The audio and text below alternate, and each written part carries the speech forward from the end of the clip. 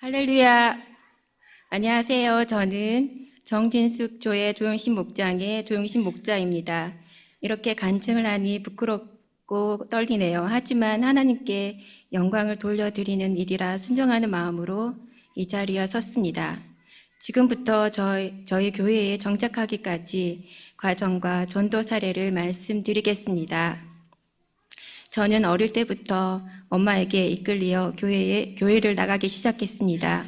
하지만 겨우 교회만 왔다 갔다 하는 정도의 신앙이었습니다. 그렇게 세월은 흘러 결혼할 나이가 되었습니다. 저는 대구에서 살았기 때문에 대구가 좋았고 대구에서 계속 살 거라 생각했는데 이렇게 멀리 강명시까지 올 줄은 몰랐습니다.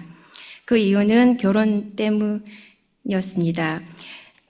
남편 직장이 강명시였기 때문에 이곳에 정착하게 되었습니다. 하지만 지인 한 사람도 없는 저는 강명시에서 낯선 이방인과 같았습니다. 그런데 다행히 남편과 친분 관계에 있었던 송경희 집사님의 인도로 구 중앙교회에 등록하고 지금까지 신앙생활을 해오고 있습니다. 처음 저희 교회에 왔을 때 저는 제가 섬겼던 교회와 큰 차이점 두 가지를 발견하게 되었습니다. 첫째는 중앙교회 목사님은 참으로 신실하시고 신앙적으로 본이 되시는 목사님이라는 것입니다. 둘째는 예배 시간마다 빈자리가 없고 뒤쪽에 서서 예배를 드리는 성도들의 모습도 인상 깊었습니다. 저를 이렇게 살아있는 교회로 인도하신 것이 하나님의 계획인 것을 믿습니다. 하지만 결혼 생활은 그렇게 평탄치는 않았습니다.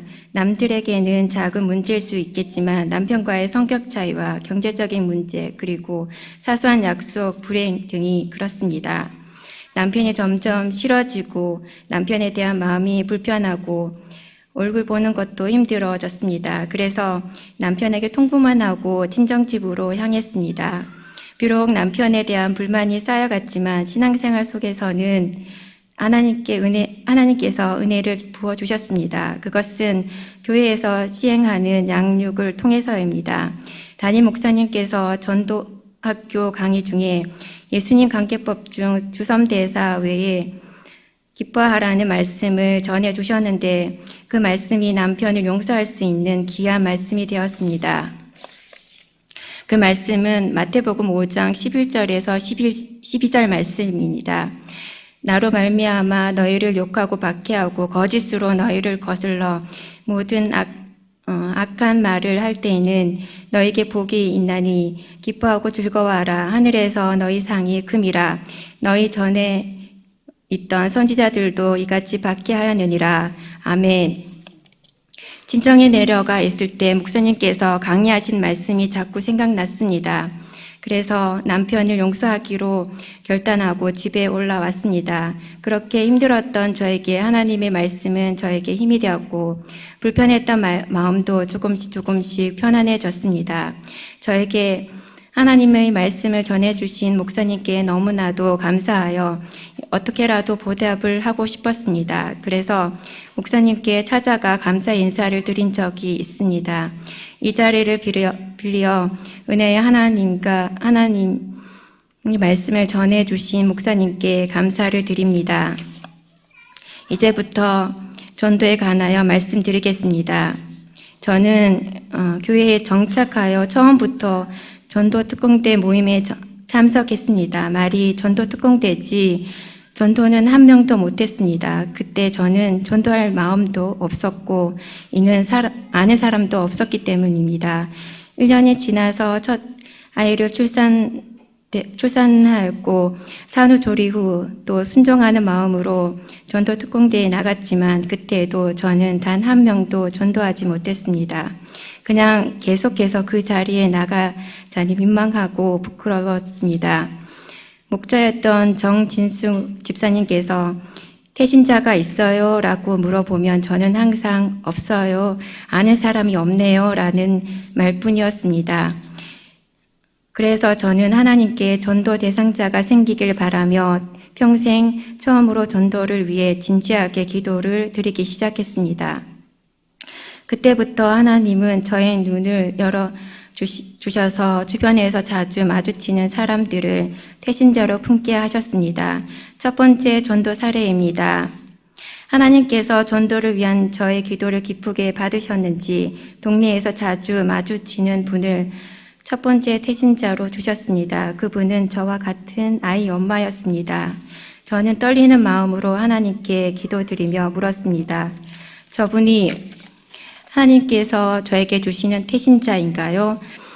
하나님께서는 그 아이 엄마를 자주 만나게 해주셨습니다. 전화번호도 모르는데 매일 만나는 사이가 되었습니다. 자연스럽게 서로의 집을 오가며 지냈습니다.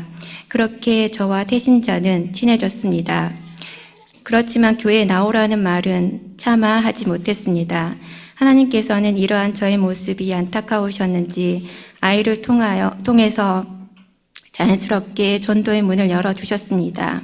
어느 날 그 아이 엄마가 저희 아이가 목에 걸치고 있는 물건에 관심을 보이는 것이었습니다.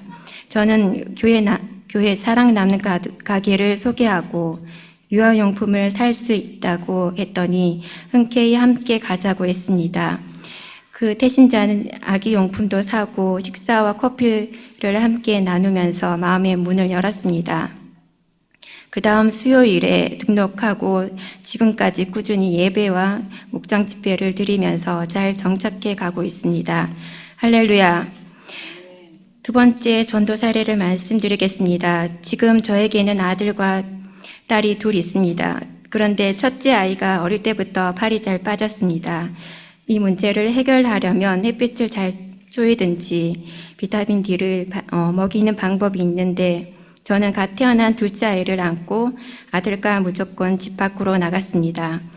저는 그것이 하나님께서 전도를 위한 계획인지 처음에는 몰랐습니다. 매일 놀이터에 나가다 보니 그곳에서 새로운 아기 엄마들을 만나게 되었습니다. 저는 그 아기 엄마들에게 저희 교회를 소개하고 식사 약속도 하여 교회에서 식사도 하였습니다. 하지만 하나님께서 주신 기회임을 알았지만 마음속으로만 전도할 뿐 여전히 저는 그 아기 엄마들에게 용기를 내어 교회에 나가자는 말은 입 밖으로도 꺼내지 못했습니다. 그렇게 관계만 맺으면서 몇 개월의 시간이 흘렀습니다. 해가 바뀌고 상임 목자인 정진수 집사님이 전도부장이 되었습니다. 상임 목자에게 도움을 주고 싶었습니다. 그러나 저 같이 연약한 사람이 할 수 있는 것은 능력의 하나님께 도움을 구하는 것뿐이었습니다. 그래서 저는 목장원들에게 기도를 드리자고 제안했는데 감사하게도 목장원들은 모두 기도에 동참하겠다고 했습니다. 목장원들과 저는 매일 아침 7시에 일어나 전도와 목장을 위하여 30분씩 기도를 드렸습니다. 그렇게 기도가 몇 달 동안 차곡차곡 쌓이게 되었습니다. 저는 용기를 내어 놀이터에서 알게 된 엄마들에게 그 교구에서 준비한 태신자 선물을 전해 주었습니다. 그중 한 아기 엄마를 집으로 초대하여 태신자 선물을 건넸더니 언니 저도 교회 가고 싶어요 라며 우리 교회에 대해서 물었습니다. 그때 그 아기 엄마는 가정 문제로 몹시 힘들어하고 있었습니다. 저는 하나님께서 저에게 주신 전도의 기회다 싶어 용기를 내어 권면했습니다. 교회에 나오시면 하나님의 도우심으로 가정 문제가 해결되실 거예요. 너무나 순조롭게 아기 엄마는 그 주에 바로 등록했고 지금도 남편과 열심히 교회에 나오고 있습니다. 이 부부는 목사님 설교를 듣고 너무 좋았다고 말합니다. 잠을 잘 못 자던 아이도 교회에서는 낮잠을 잘 자고 성품도 좋아졌다고 합니다. 이들 부부는 지금까지 은혜 속에서 교회에 잘 정착해 가고 있습니다. 하나님께서는 저와 목장원들의 기도를 차곡차곡 쌓으시더니 영원 구원의 도구로 사용해 주셨습니다. 전도의 열매를 주신 하나님께 감사드립니다. 저 혼자 했으면 쉽게 포기했을 텐데 매일 아침마다 태신자를 놓고 목장 식구들이 기도로 연합했기 때문에 가능한 일이라 믿습니다. 세 번째 전도 사례입니다. 지금까지 전도했던 새신자는 대부분 동네에 있는 아기 엄마들이었고 놀이터에 나가며 만나는 분들이었습니다. 그래서 제가 관리를 안 해도 하나님께서 자연스럽게 만나게 해서 관리를 할 수 있게 하셨습니다. 이렇게 저희 눈은 많은 변화가 생겼습니다. 마냥 지나치던 평범한 사람들이 이제는 태신자로 보이기 시작했습니다. 그리고 하나님의 계획 속에서 연약한 자의 작은 기도와 순종으로 전도가 되는 것도 경험하게 되었습니다. 올해 저는 간호조무사 자격증을 취득하려고 학원에 다니고 있습니다. 처음에는 내가 잘 해낼 수 있을까 생각했지만 그래도 도전해 보기로 했습니다. 그런데 하나님은 그곳에서도 태신자를 예비해 두셨습니다. 학원에서 새로운 분을 만나게 되었는데 저와 같은 소아동에 사는 아기 엄마였습니다. 그분과 저는 같은 버스를 타고 왔다 갔다 하며 관계를 맺었습니다. 그리고 대화 중에 우리 교회도 소개하고 매달 열리는 벼룩시장도 소개했습니다. 그 아기 엄마는 벼룩시장에 관심을 보이더니 그 주에 열리는 벼룩시장에 바로 왔습니다.